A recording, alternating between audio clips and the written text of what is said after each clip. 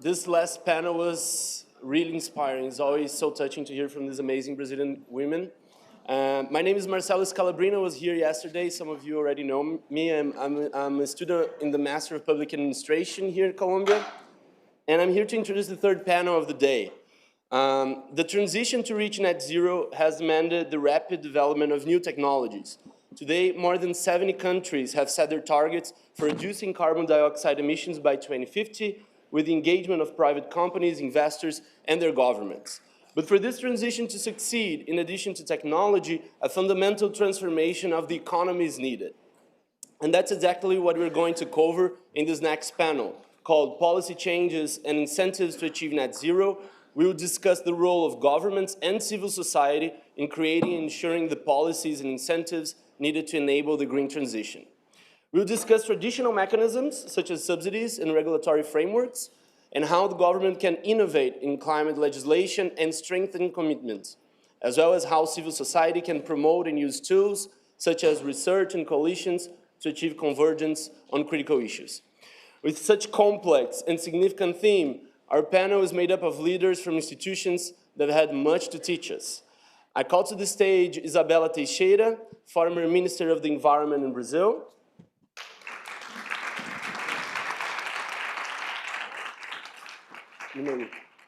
Yeah. Gonçalo Munoz, United Nations High-Level Climate Action Champion for COP25.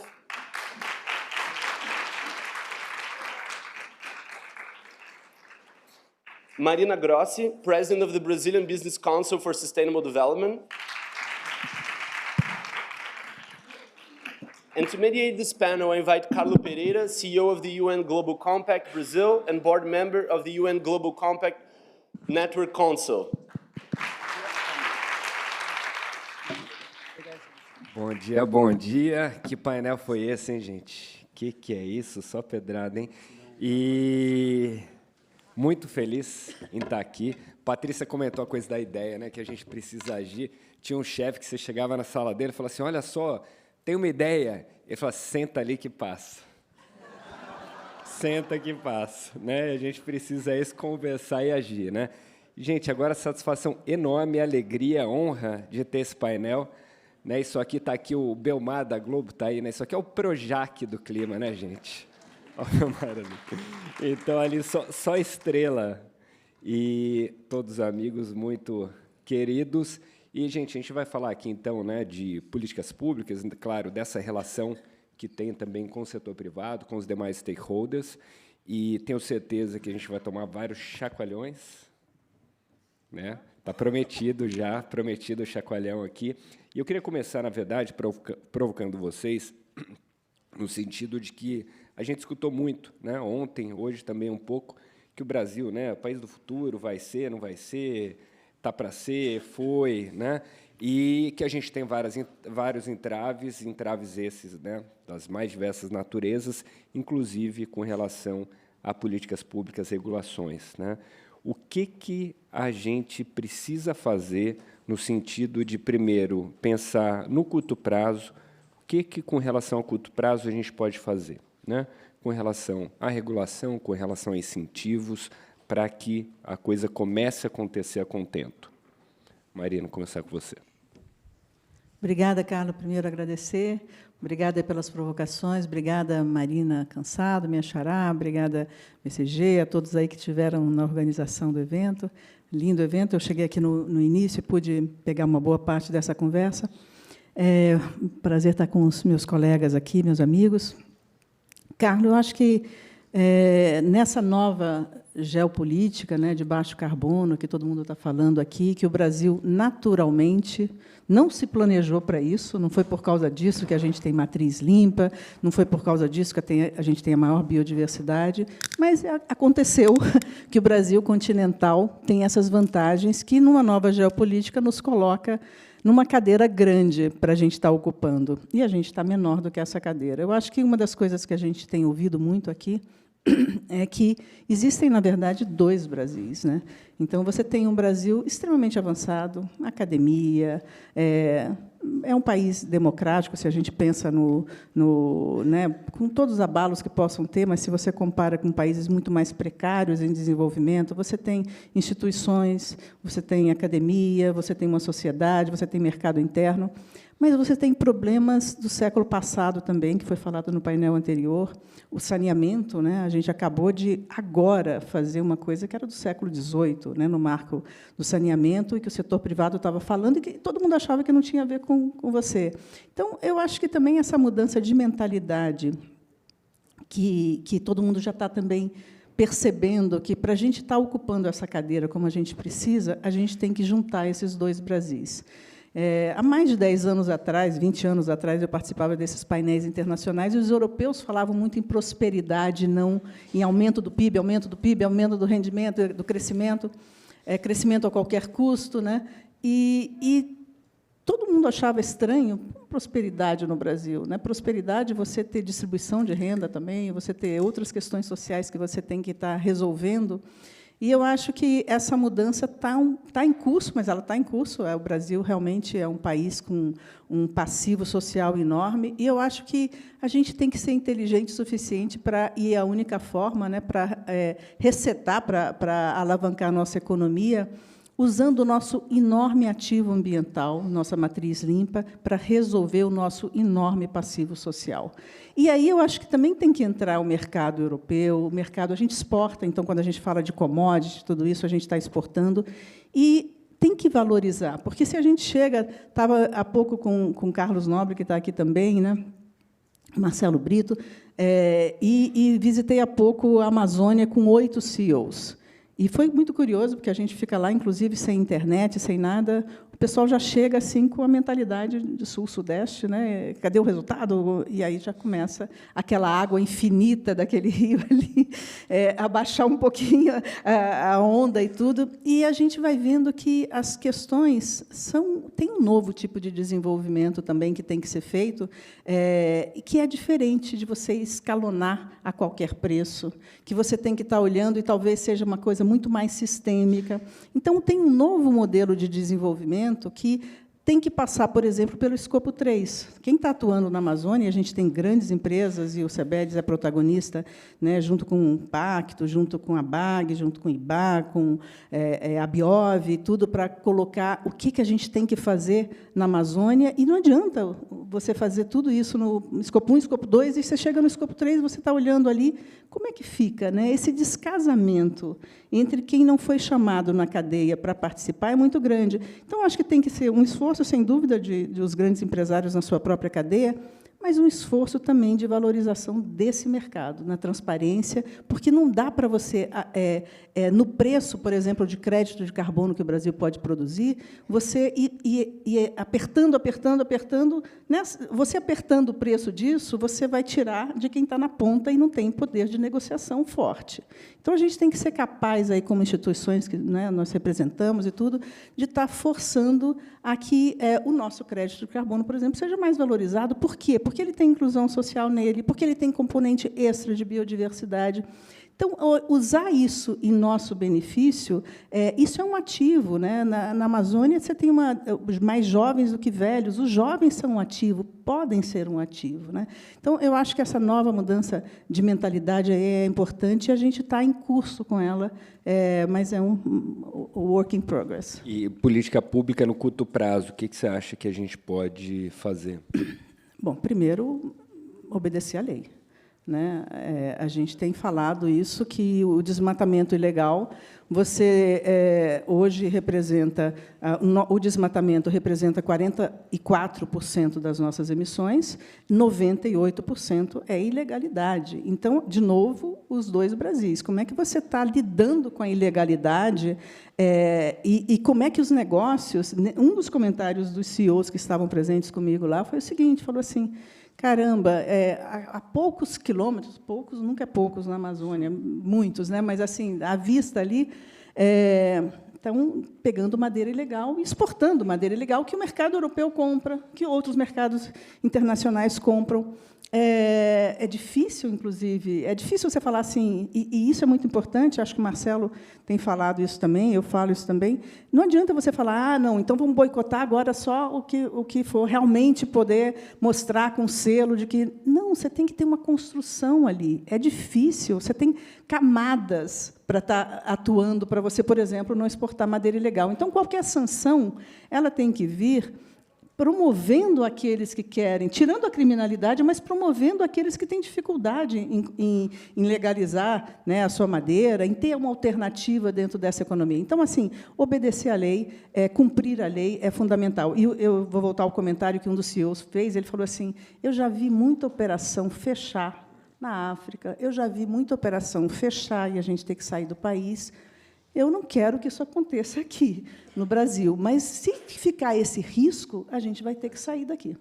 Então, eu acho que, assim, esse é o nosso século XVIII, XIX, que a gente convive, e a gente, enquanto tem o potencial de 50%, quando a gente devia estar falando em 50% de potencial de crédito baseados na natureza que a gente tem no país, uma economia regenerativa, isso aí atrapalha. Isso aí não é que atrapalha, isso inviabiliza, né? Se você não cumpre a sua NDC, ou seja, o que você se comprometeu em Paris, você não pode falar que você está vendendo créditos salvos de desmatamento, livres de tudo isso. Você não consegue fazer isso, né? A marca Brasil, a marca das empresas, elas estão misturadas ali.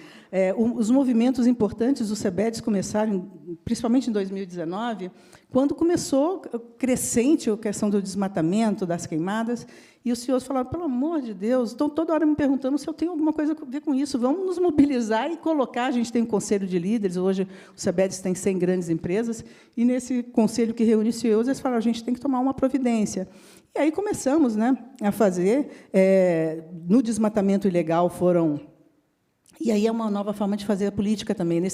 A questão do desmatamento ilegal, mais de 100 empresas, 5 instituições, entre elas o Pacto, né, investidores, assinaram isso porque estava fora também de uma polarização um pouco estéril, né? Porque não é ideologizado a questão do que a gente está falando, né? A questão é que o desenvolvimento, só existe o desenvolvimento de baixo carbono, inclusivo. A gente só está falando disso. São os novos padrões, é o novo parâmetro que se cobra, né? Então, eles se reuniram, fizeram assinaram como CEOs e as instituições também, e aí a gente foi conversar, né, esse painel é sobre policy changes, né, e a gente foi conversar com o presidente do Senado, o presidente da Câmara, Ministério Público, consórcio de governadores. Então, conversando com todos esses para falar, vamos virar essa página, porque essa página a gente não consegue... Quando a gente podia estar falando de economia regenerativa, a Isabela sabe bem que um dos desafios é você marcar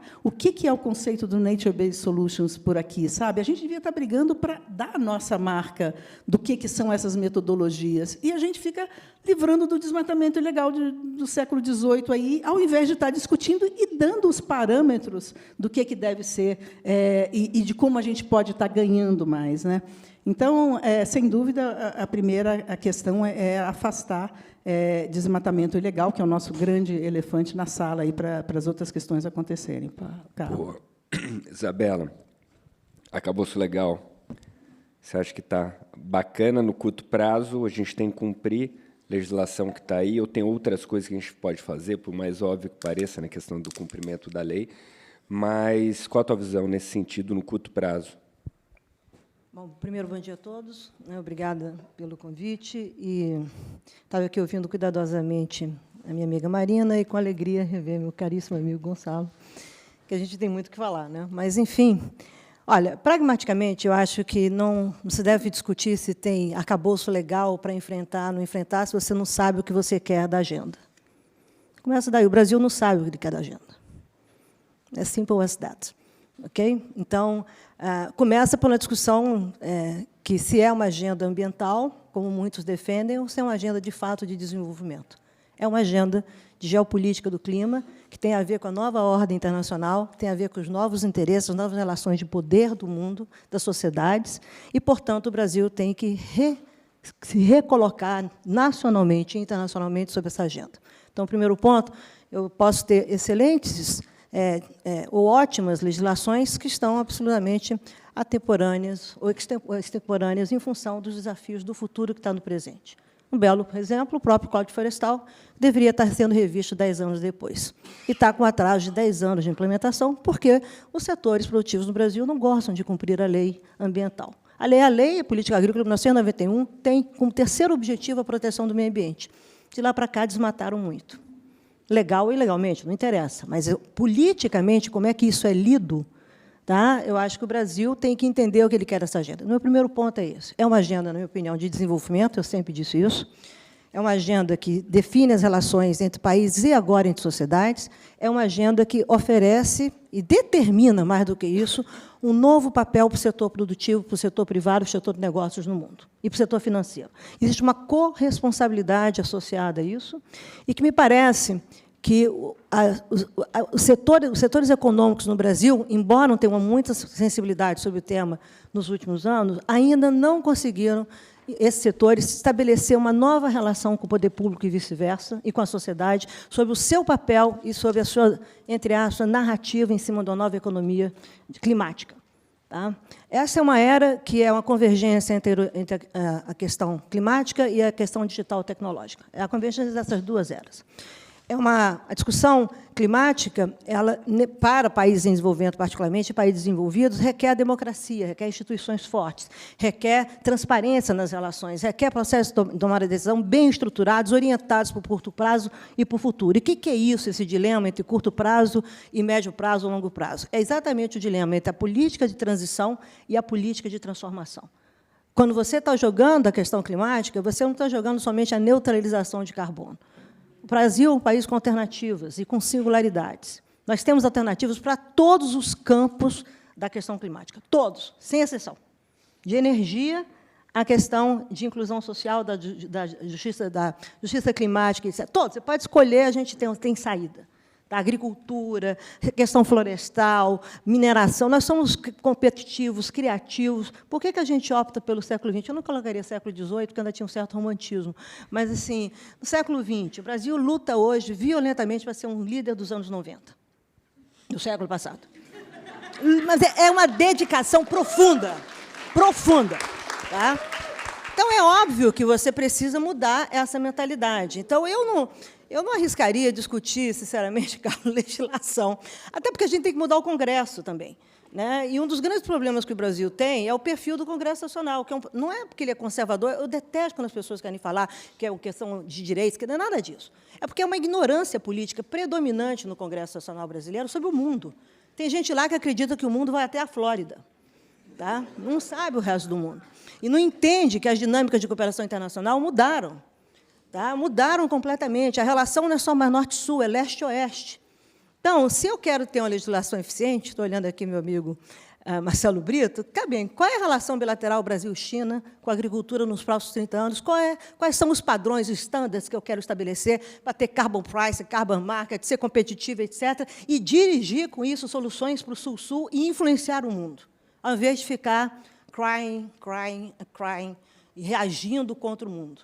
O mundo precisa do Brasil, o Brasil precisa do mundo, é importante. Quem não gosta do mundo, sugiro que vá para Marte, tem até 3 empresas competindo aí no mercado, é super legal, lá não tem oxigênio, é quente para caramba, mas pode ir, tá? Não tem problema nenhum, não. Mas o que eu acho, pragmaticamente, é que o debate no Brasil está colocado de maneira errada.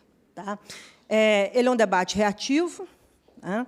Nós estamos há 7 anos de Paris, como o mundo mudou em 7 anos, é impressionante.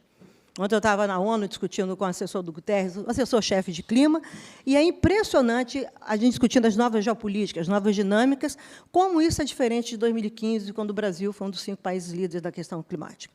Então, eu acho que o Brasil, para lidar com legislações, lidar com desafios institucionais, nós temos que observar, talvez, 3 coisas. Primeiro, entender o que é o Brasil, o que nós queremos dessa agenda, o que é o Brasil no futuro, não é o Brasil do futuro. Eu tenho 60 anos e eu acho que esse futuro eu postergo diariamente. Entendeu? Então, assim, é o que a gente quer no futuro, 2025, 2030, 2040. Tá? Quais são as alternativas do Brasil? O Brasil é um país que tem singularidades. Portanto, não precisa ter soluções miméticas de outros países. Lidar com a Amazônia, ou mesmo com a agricultura tropical brasileira, tá? Nenhum país tem essa agricultura que nós temos. Quais são os desafios dos próximos 40 anos, não os desafios dos últimos 45 anos? Você tem que olhar o futuro, trazê-lo para o presente e desenhar essa ambição político-institucional, essa ambição das instituições, como é que você quer formatar instituições, acabar com a polarização. Não é possível... Gente, o povo adora, parece guerra de sexos. Vai para o Congresso agora, de novo, meio ambiente, agricultura. Eu falei, pelo amor de Deus, eu sofri tremendamente em 2012 para equacionar isso. Como é que as pessoas querem viver de polarização? Isso não leva a lugar nenhum, só leva a um lugar, quem vive de problemas. E o Brasil tem que ter audácia nas suas propostas. O Brasil é um país com singularidades, ele tem que ter audácia para saber como ele vai resolver seus problemas, uma nova relação com o tempo e ser objetivo com o mundo, saber dizer para o mundo o que ele quer do mundo. E qual é o papel que ele tem no mundo, na segurança climática? Então, tá, sem a Amazônia não tem 1,5 graus. Tudo bem, né? Mas, em 92, quando o Brasil propôs ter uma convenção de florestas, os países do mundo não toparam. O que mudaria hoje? Quais são os caminhos que você poderia trabalhar a questão florestal? Como é que você vai entender a importância de uma dimensão que é nova na política, na geopolítica, que não é mais a dimensão global, é a dimensão global planetária. Nós estamos mudando o patamar por causa de uma crise, uma tripla crise ambiental planetária. As ameaças são do planeta. As ameaças não são mais somente um país fecha a fronteira com o outro. Você está mudando as condições de vida no planeta. Como é que você quer reagir sobre isso? Como é que você quer tratar sobre isso? Achando que vai discutir soberania na época do Tratado de Madrid, de 1750? Com o mundo acontecendo, inclusive, no metaverso? É muito divertido, né? Eu olho assim e falo assim, não estão no mundo atual. Então, é óbvio que, para mim, na minha perspectiva, a gente tem que saber o que a gente quer da agenda, e, por isso, tem que ter uma repactuação no Brasil, uma repactuação com o futuro, não com o passado. Deixa o passado lá. O desmatamento é um assunto do passado, vivo, né? Parece um fantasma. Eu tenho medo de alma. Eu sou filha de nordestina, eu tenho um monte de medo de alma. E o desmatamento virou uma alma. Eu falei, gente, nós estamos resolvendo isso lá atrás. E esse negócio voltou para o presente. Não pode. Você tem que lutar. Agora, a complexidade de enfrentar o desmatamento hoje no Brasil é sem precedentes. Tá? É sem precedentes. E não só porque a Ilona deve ter falado sobre crime organizado, mas é sobre a conexão dos hubs internacionais de crime com isso. Tá? Não é só partir daqui para lá, é de lá para cá. Então, quando você vai para medidas restritivas em relação à importação de produtos do Brasil sobre desmatamento, é bom entender o papel dos hubs internacionais envolvidos com crime. E eu falei isso semana passada na reunião do G7, por isso que eu posso falar aqui. Entendeu? Eu fui muito crítica sobre alguns aspectos, no sentido de que você precisa entender melhor o mundo. Então, o Brasil tem que lutar com o desmatamento, tem que acabar o desmatamento, legal e ilegal, e, para isso, o Brasil terá que explicar ao mundo a sua jabuticaba, que é o Código Florestal. Né? Também a gente acha que nós temos o Código Florestal, o mundo vai entender. O mundo não conhece o jabuticaba. Tá? Deixa eu dizer para vocês, isso pode ser até gostoso, mas eles não conhecem. Então, efetivamente, o brasileiro tem que entender que as soluções que são propostas nessa agenda devem beneficiar o Brasil, em primeiro campo. O brasileiro tem que se beneficiar disso, porque é uma agenda de desenvolvimento, uma agenda de inclusão, uma agenda de soluções, de acesso à tecnologia, de geração de emprego. Não é... O presidente Biden, 2 dias atrás, falou isso na reunião aqui nos Estados Unidos. Essa agenda não é de clima, é uma agenda de geração de empregos. E esse é um grande desafio. E, para gerar empregos, eu preciso do setor produtivo, né? A gente precisa do setor financeiro, a gente precisa da sociedade. Portanto, as fichas não podem estar concentradas nos governos. Os governos, o Estado deve ser eficiente, tem que se remodelar suas instituições para lidar com as demandas da sociedade, e não as demandas que você determina que a sociedade vai ter. Essa é a mudança política de olhar, e, para isso, você tem que saber dialogar, construir, ganhar e perder, porque isso é o processo democrático. Finalmente, eu acho que tem uma coisa muito interessante que eu estava conversando com o meu amigo André Lara Rezende, a gente discutindo sobre as singularidades do Brasil, e, obviamente, a Amazônia é a principal. A Amazônia não é trivial, um wicked problem, como a gente gosta de falar, mas a gente tem que não só acabar o desmatamento e promover o desenvolvimento da Amazônia, parará. Nós temos que conectar a Amazônia ao Brasil. O Brasil tem que ver a Amazônia como parte do Brasil. Muita gente, acho que a grande maioria dos brasileiros que viaja conhece a Bahia, conhece o Sul, ou conhece o exterior, mas não conhece a Amazônia. E a gente tem que acabar com essa imagem de que a gente vai lá e tira as coisas da Amazônia. Então, as vozes da Amazônia elas são importantes também para entenderem o seu papel de brasilidade e esse desafio que se impõe em face da agenda climática, que é um grande guarda-chuva de transformação. Então, essas singularidades do Brasil, somadas a uma audácia da gente não ser mimético, a gente criar soluções como sistemas agroflorestais, como foi dito aqui, soluções baseadas pela natureza, net zero, são todos open political concepts. O que a gente quer disso? O que a gente quer sentar e quer fazer isso? E aquilo que nós temos como inovador, que o mundo ainda não resolveu, meu último comentário. Ontem foi dito aqui, e eu sei que foi o Cadastro Ambiental Rural que fotografou isso, o quanto que você tem de vegetação nativa preservada em propriedade privada no Brasil. Okay? Eu estou com 110 milhões de hectares, quando a gente fotografou primeiro, era 114 milhões de hectares. O sistema público tem cerca de 116, 118 milhões de hectares. Então, vejam duas demandas imediatas sobre legislação. Para conservar a biodiversidade no Brasil, Gonçalo, não adianta as instituições públicas cuidarem só dos ativos públicos. Os arranjos de governança precisam entender os ativos privados. E essa relação entre público e privado não existe. Tá? Não é uma relação de parceria, de controle. Tem que mudar. Porque o fazendeiro ele é dono de um ativo tão importante quanto o setor público no Parque Nacional. Porque, na hora que a onça vai correr, ela não sabe se ela está no território público ou privado. Não, aqui é privado, eu não posso passar. Não é isso. A biodiversidade tem que pagar um tax. Né? Não. Então, na realidade, essa é a primeira coisa. Olha o desafio. Eu não estou questionando nada do que foi feito e bem feito no passado. Eu só estou falando o seguinte, para olhar o futuro no presente, tem que ter uma ousadia de propor novos caminhos. E o outro lado, que também é verdade, no Acordo de Paris, quando a gente negociou, e foi o Brasil que propôs isso, o artigo 6, etc., está lá a palavrinha adicionalidade. Então, para regenerar, tem mercado voluntário, e você pode fazer um regulado para você estimular determinados setores, competitividade, a chamada transição industrial, que o país não fala, mas tem que falar, não é só energética, não. Transição industrial tem que vir para a mesa com tudo. Tá?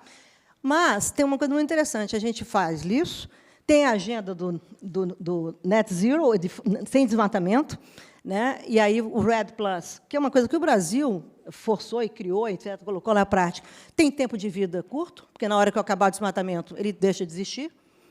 Olha, agora, e os estoques de carbono que existem nas suas propriedades e que a gente não tem os mecanismos de mercado, porque a gente não tem a tal da adicionalidade. Esse é o belo desafio do Brasil pautar o mundo. Em vez de dizer que nós somos contra que a agricultura tropical, a gente tinha que juntar, desenhar os instrumentos, negociar, e eu posso lhe dizer, não terá aliança nenhuma florestal no mundo que não passe por uma discussão desse nível. Então, é o Brasil pertencer ao mundo numa discussão sul-sul, mas é sair, eu gosto de falar isso, nós temos que sair do greenwashing e ir para o green doing without greenwashing. Tá? Então, acho que é um pouco essa história. E as legislações, os arranjos, tá, de institucionais, políticos, legais, vão sair desse grande pacto. Eles saem desse grande pacto, e aí você vai mostrar ao Congresso Nacional que isso não é uma discussão ideológica, de esquerda ou de direita. Aliás, como dizem, que a agenda de sustentabilidade é uma agenda de esquerda. Tá?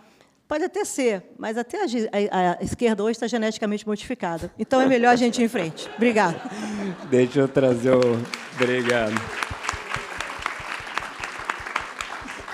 Gonzalo, e nosso eterno champion, e como que você está vendo com relação... Né, legislação, não só no Brasil, claro, que eu sei que você conhece bem também, mas com relação ao que você está vendo aí, mundo afora, o posicionamento do Brasil, como que você acha que o Brasil pode fazer para desatar alguns nós, com tudo que está acontecendo, você está acompanhando e ajudando a construir, né?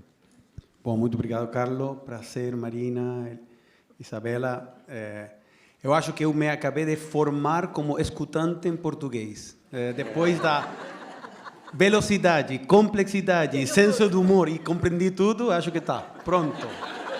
Não sei se estou conseguindo chegar a esse nível na fala, mas na escuta estou bem. Ótimo. Foi bom. Bom, obrigado à Universidade de Colômbia pela possibilidade de estar aqui. Acho que é maravilhoso e muito preciso no momento. Acho que todos nós estamos bem claros do que significa não só esta agenda para o Brasil, mas esta agenda brasileira para o mundo. E nesse sentido, é bem claro que o mundo precisa do Brasil, o mesmo que precisa de todo mundo. Long-term strategy, e uma NDC mais ambiciosa, né? Isso é algo absolutamente evidente e tem que ser parte da nossa agenda, e a gente, como mundo, está aguardando ter muitas mais señais do Brasil, não só do ponto de vista de cumprir as promessas, cumprir a lei, como falou a Marina, mas também, obviamente, o mundo tem uma expectativa do Brasil virar esse líder na bioeconomia, esse líder na economia circular que o mundo precisa. E onde o Brasil tem condições muito especiais. Agora, deixa explicar como que, na fala de hoje, né, que fala de policy changes e incentives, o Brasil tem já ferramentas que existem no Brasil que podem servir, não só do ponto de vista do papel do governo central, mas no papel de todos os outros atores da economia. Obviamente, como falou a Patrícia, nós temos campanhas globais, que é Race to Zero, Race to Resilience, onde você pode e tem a necessidade de incorporar cada vez mais atores não governamentais do Brasil. O Brasil é um exemplo maravilhoso do ponto de vista, por exemplo, do compromisso dos estados. Os estados do Brasil têm maravilhoso compromisso, e falo especialmente para Espírito Santo, Minas Gerais e São Paulo. Esses 4 estados estão avançando muito bem nos compromissos do Race to Zero e alguns deles no Race to Resilience. Mas deixa contar, para chegar à ferramenta que eu quero posicionar nesta fala, deixa contar o que aconteceu nos Estados Unidos. Estamos aqui, justamente depois de 2016, ou de 2015, da assinatura do Acordo de Paris, existia a possibilidade de o governo mudar e entrar Donald Trump como presidente dos Estados Unidos. E ele vinha com uma fala de eu vou tirar os Estados Unidos do Acordo de Paris. O que aconteceu imediatamente? Principalmente motivado por os governadores de Califórnia e New York, se criou uma coalição que se chamou, nesse momento, We Are Still In. Então, a sociedade civil, motivado pelo WWF, UN Global Compact e World Business Council e vários mais, com a liderança dos governos subnacionais, as cidades e muito das universidades, a Universidade de Colômbia, muito das empresas, muito do setor financeiro, falaram we are still in. A gente, sabe que a liderança do país pode mudar, a lógica dessa liderança pode mudar, mas o país não é só quem fique sentado na Casa Branca. Nós podemos fazer coisas diferentes. Essa coalição, que foi a primeira Alliance for Climate Action, a ACA, foi quem carregou a mochila da NDC dos Estados Unidos durante aqueles 4 anos. Portanto, o presidente Biden e o John Kerry não pegaram a agenda climática dos Estados Unidos no mesmo nível que Donald Trump deixou ela, ou que Obama deixou ela. Durante esses 4 anos, a agenda continuou crescendo, acompanhando processos que, como a Isabela falou, têm mudado e se acelerado muito nestes últimos 6, 7 anos. O mundo mudou e tem se acelerado. Vocês têm que olhar o que é a mudança dos compromissos em acompanhamento da ciência, só isso. Compromisso de cumprimento da ciência, compromisso de implementação de tecnologia. Nos últimos 5 anos, é impressionante. A gente passou de um crescimento bem devagar a exponencialidade em muitos âmbitos da economia do mundo. E isso, nos Estados Unidos, tem servido para empurrar a política nacional, né? Isso é o que se chama o ambition loop. Você tem momentos em que o governo está puxando, que está se posicionando como líder deste século e não de 1990, né? Mas tem momentos em que não, o governo quer virar líder do 1990. E bom, isso acontece, e quando isso acontece, você precisa dos atores não governamentais, das empresas, do setor financeiro, da sociedade civil e muito desse outro tipo de governo, que no caso do Brasil é muito, muito importante ter uma capacidade enorme de implementar políticas climáticas. E, portanto, hoje nós temos, depois do exemplo dos Estados Unidos, nós já temos 9 outras ACAs, Alliances for Climate Action. Uma delas é no Brasil. E justamente tem uma capacidade que a gente ainda não tem visto em todo o seu potencial, mas tem criado algum tipo de estímulo para movimentar essa agenda no âmbito que a gente precisa. Portanto, acho que, independentemente de todo o que nós precisamos do governo central, das políticas públicas e do parlamento, acho que é o momento da liderança também. E acho que, inclusive, a mais, neste momento em que estamos enfrentando uma nova eleição, bom, aonde que está o setor privado? Aonde está o setor financeiro? Aonde que estão aquelas lideranças subnacionais do Brasil? Porque este é o momento delas. E o mundo está se conectando com isso. O mundo está hoje precisando maior nível de transparência desses atores, partindo por aqueles que temos feito um compromisso em net zero. Precisamos, portanto, que essa agenda avance com accountability, mas também, como falou muito bem a Patrícia e no painel anterior, que avance também com solidariedade. Porque, neste momento, todos esses elementos estão postos à prova. É fácil ser líder quando tudo está bem. Quando as coisas estão ruins, aí aparecem as lideranças reais. Este é o momento de que essas lideranças apareçam e não necessariamente temos que aguardar a que o governo central esteja nos pedindo exatamente o que fazer. Depois eu posso falar de quais são aqueles setores da economia do Brasil que têm um maior potencial. Nós temos feito um mapeamento na América Latina e sabemos muito bem aonde que o Brasil tem oportunidades muito concretas e justamente são aquelas que o setor financeiro global está olhando para o Brasil e, inclusive, está investindo no Brasil. Pegando esse teu gancho, trazendo para a Marina, depois quero ver a Isabela que vai falar sobre isso, mas no sentido de que as várias regulações que tem aí mundo afora, estão surgindo mundo afora, enfim, os mais diversos países e blocos econômicos, né? E os CIBENs da vida, enfim, todas as regulações que a gente está vendo, e aí muita gente vê muita oportunidade, mas também alguns desafios para o Brasil, né? Pensando no mercado, aqui o setor privado, né? Como que você vê isso, Marina? Como que você vê e como que o setor privado brasileiro está se organizando nesse sentido também para reagir a isso? Carlos, pegando um pouquinho aí do que o Gonzalo falou, não tem espaço vazio, né? Se a questão de uma economia de baixo carbono é o novo modelo de desenvolvimento, não existe desenvolvimento sem isso. É evidente que as empresas têm isso muito claro. O setor de uma empresa tradicional, por exemplo, a área ambiental é a que mais cresce. Você sabe disso, lidamos com empresas, né? Não é o outro portfólio. Então, hoje, o desenvolvimento é isso. E não tem espaço vazio. Eu acho que, no Brasil, teve um boom do setor privado. Assim, eu estou, desde 2010, na presidência do SEBEDES. O Conselho de Líderes já existe há uns 7 anos, mas o boom que teve recentemente no setor privado é justamente para, de forma apartidária, colocar a questão não só de crédito de carbono, mas neutralidade climática. Vamos lembrar que a COP, né, a Conferência de Clima de Madrid, foi terrível, né? E a gente no SEBEDES, né? O SEBEDES é o braço brasileiro do World Business Council for Sustainable Development. A gente no SEBEDES colocava algumas questões para as nossas empresas que eram cruciais. Bom, primeiro, a neutralidade climática devia apontar 2050 e não 2060, como estava apontando, né? E a gente brigou por isso. O presidente Bolsonaro anunciou isso lá no summit aqui do Biden, mas ele só foi concretizar isso formalmente na COP de Glasgow.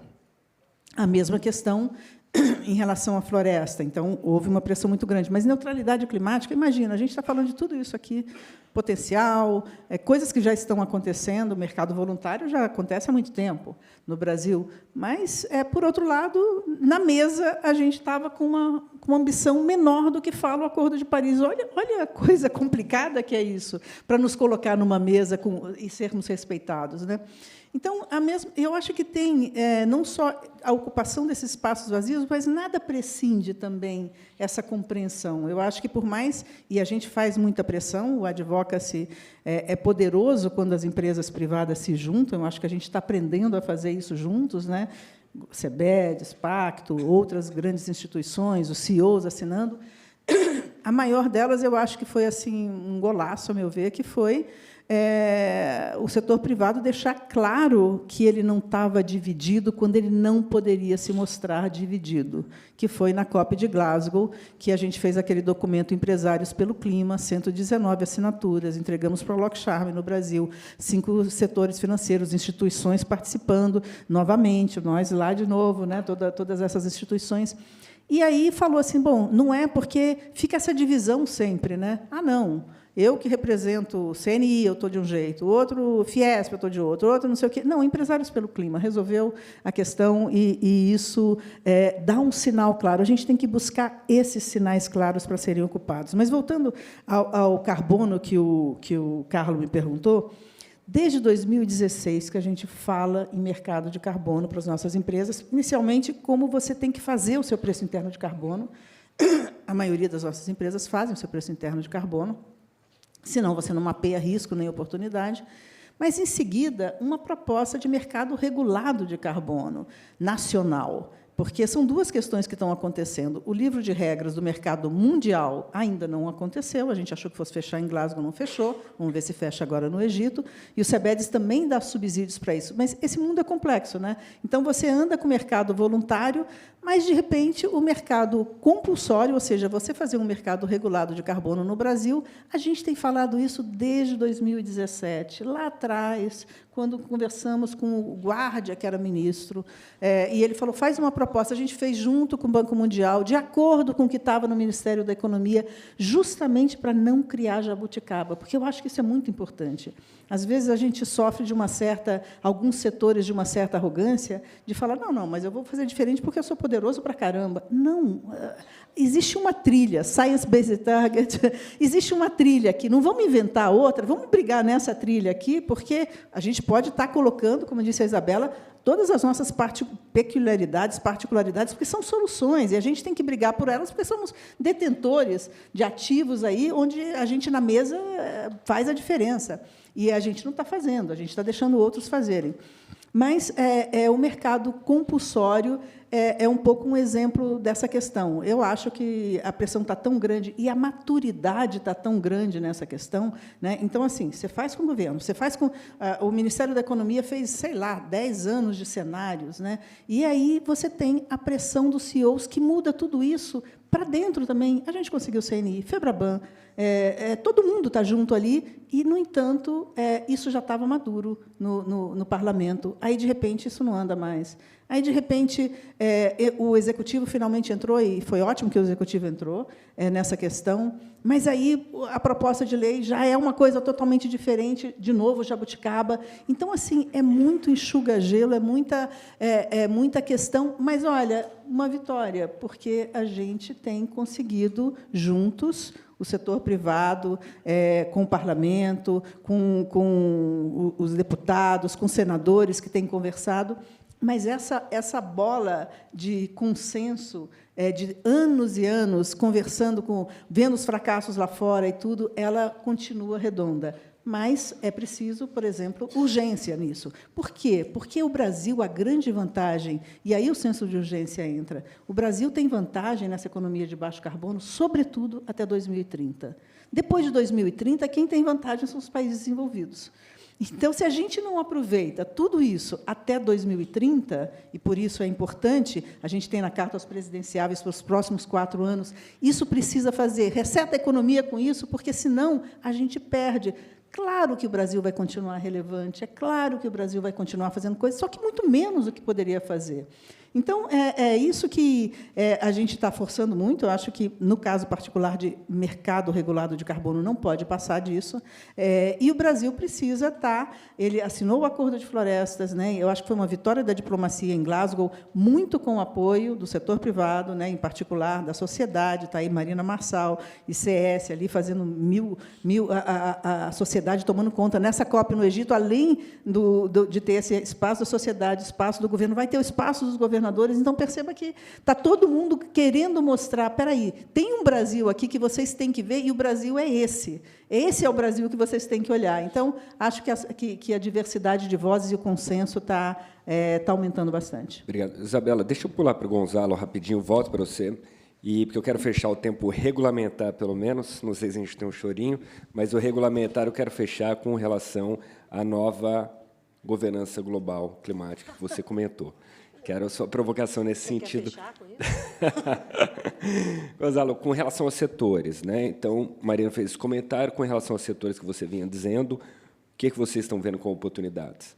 Bom, ao nível global, a gente já mapeou 33 macrosectores da economia do mundo e 18 deles já cruzaram o que a gente chama o breakthrough, né? O ponto em que mais de 20% desse sector global já está alinhado com Science-Based Targets, apuntando a net zero em 2050 como mais tarde, mas ao mesmo tempo já implementando as tecnologias e as mudanças e as culturas que precisam para decarbonizar esse sector globalmente. Essa é uma muito boa notícia.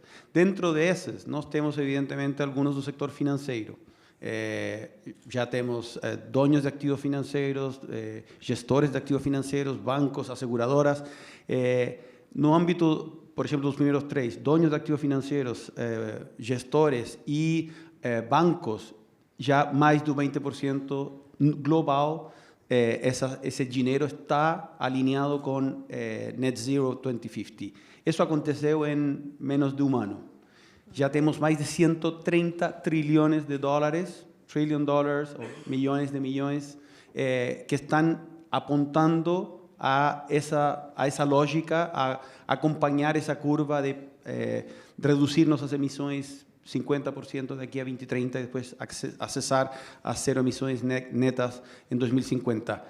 Essa é uma enorme oportunidade, especificamente no Brasil. No caso do Brasil, mais que gestores e donos de ativos financeiros, estamos falando de bancos, né? E temos vários bancos do Brasil que estão já avançando nesse sentido e a oportunidade está sendo bem percebida pelo mundo.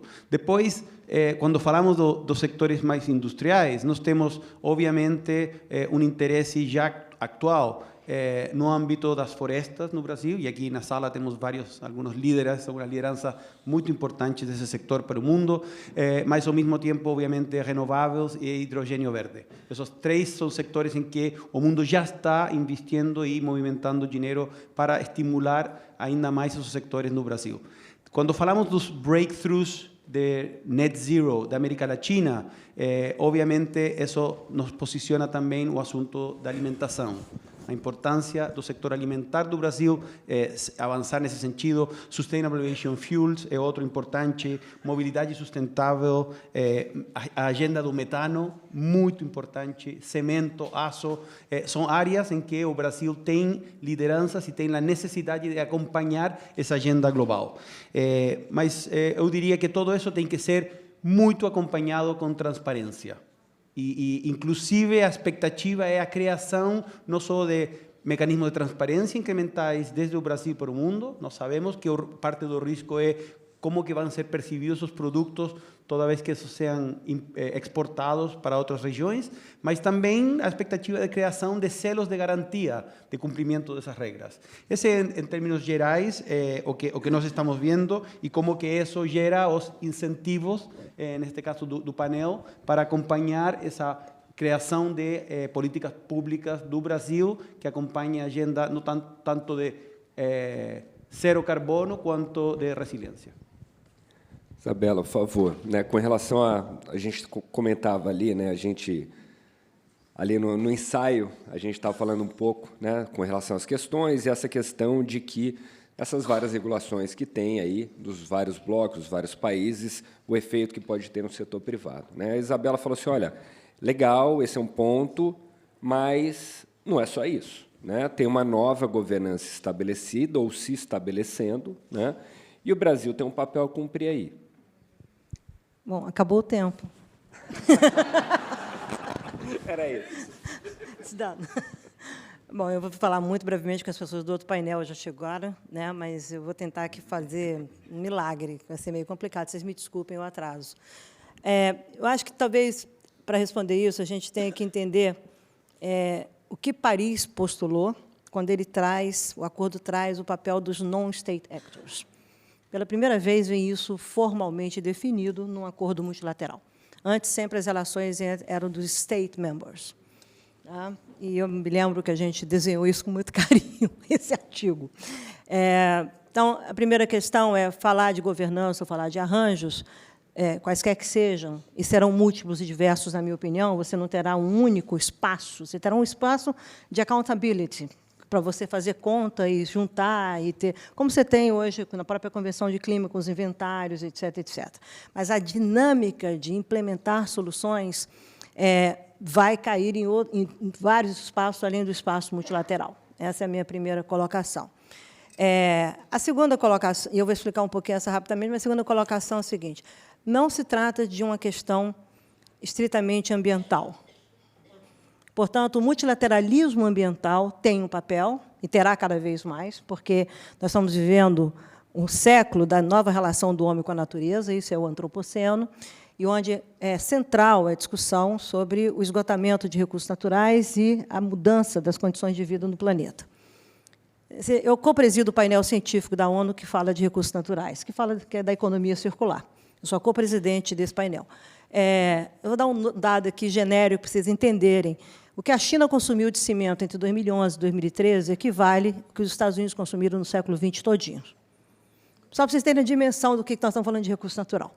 Então, o Brasil detém recursos naturais, e o Brasil, aliás, quem quiser, está disponível no resourcepanel.org, os fact sheets que nós preparamos das 20 economias do mundo e do G7 sobre o consumo de recursos naturais nos últimos 50 anos. E o impacto disso em mudança do clima, o impacto disso em biodiversidade, segurança hídrica, em pobreza, em desigualdade.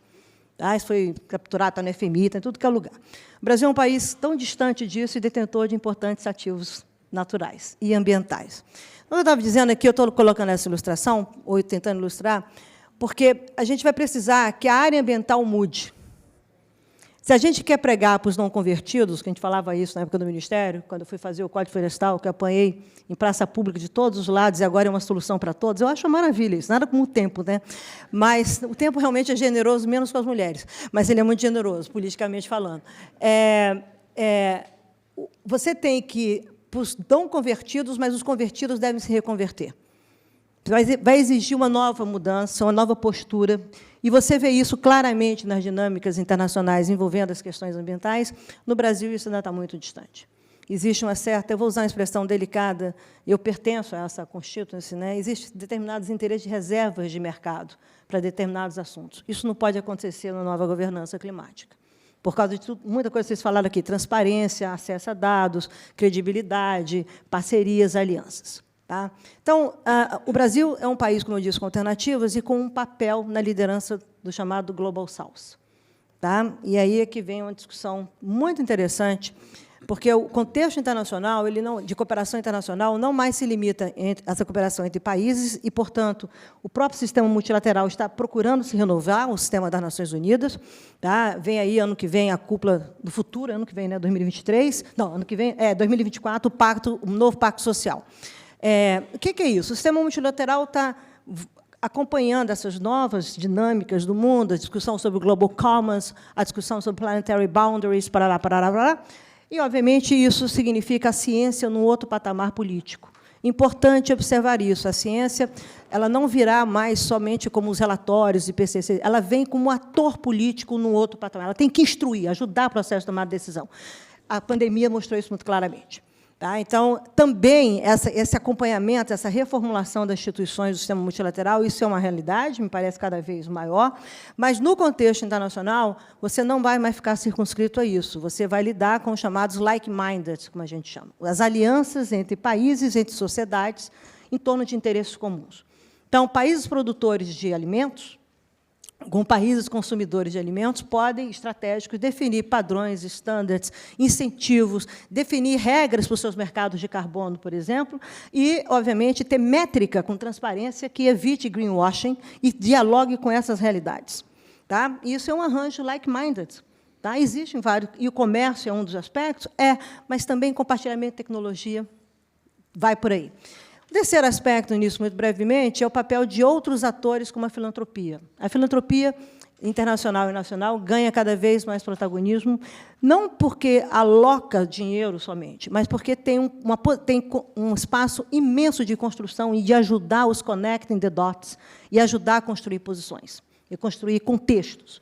Então, eu não desprezaria, pelo contrário, o papel da filantropia internacional e nacional, e principalmente na aliança com os bancos e os fundos de investimento. Isso é extremamente importante, portanto, tem uma governança aí que é muito própria, os senhores talvez não conheçam isso, mas os organismos internacionais não necessariamente conversam com os bancos, as equipes dos bancos multilaterais, os bancos de desenvolvimento, os bancos internacionais de desenvolvimento. São mundos à parte, vão tentar se conectar. Então, eu estou dando esse exemplo, porque discutir governança climática é uma coisa, é o que você vai fazer para medir, acompanhar os compromissos, ampliar a ambição do artigo 4º, tratar a adaptação, mas a gente não pode esquecer que o zero hoje é um mundo polarizado, com desconfianças entre desenvolvido e desenvolvimento, com uma demanda sobre os tais 100 bilhões de dólares, que se virou, parece, um conto de fábula, né, quando você tem bilhões correndo. Agora, a questão não é acessar o dinheiro, a questão é ter os meios para você poder acessar o dinheiro e implementar. Então, não adianta falar de 4.0 se você não sabe fazer 1.0. Então, o Brasil tem que fazer o dever de casa para ele poder ter esse papel de soluções, e eu acho que o Brasil tem que ambicionar, sim, colocar os seus padrões, suas referências, seus estándares nas relações bilaterais, nas relações trilaterais e influenciar o multilateral. Ali ele está tratando seus interesses nacionais numa perspectiva de co-benefícios globais. Aí, como eu digo, não tem ninguém para essa gente bronzeada. Não vai ter ninguém, não vai sobrar para ninguém. Obrigada. Muito bom. Obrigado, Isabela. Não há tempo para mais nada. Né? Quem quiser se despedir, né, deles, façam no café, por favor. Não vou dar mais a palavra para vocês, infelizmente. Um abraço para todo mundo. Espero que tenham aproveitado. Obrigado.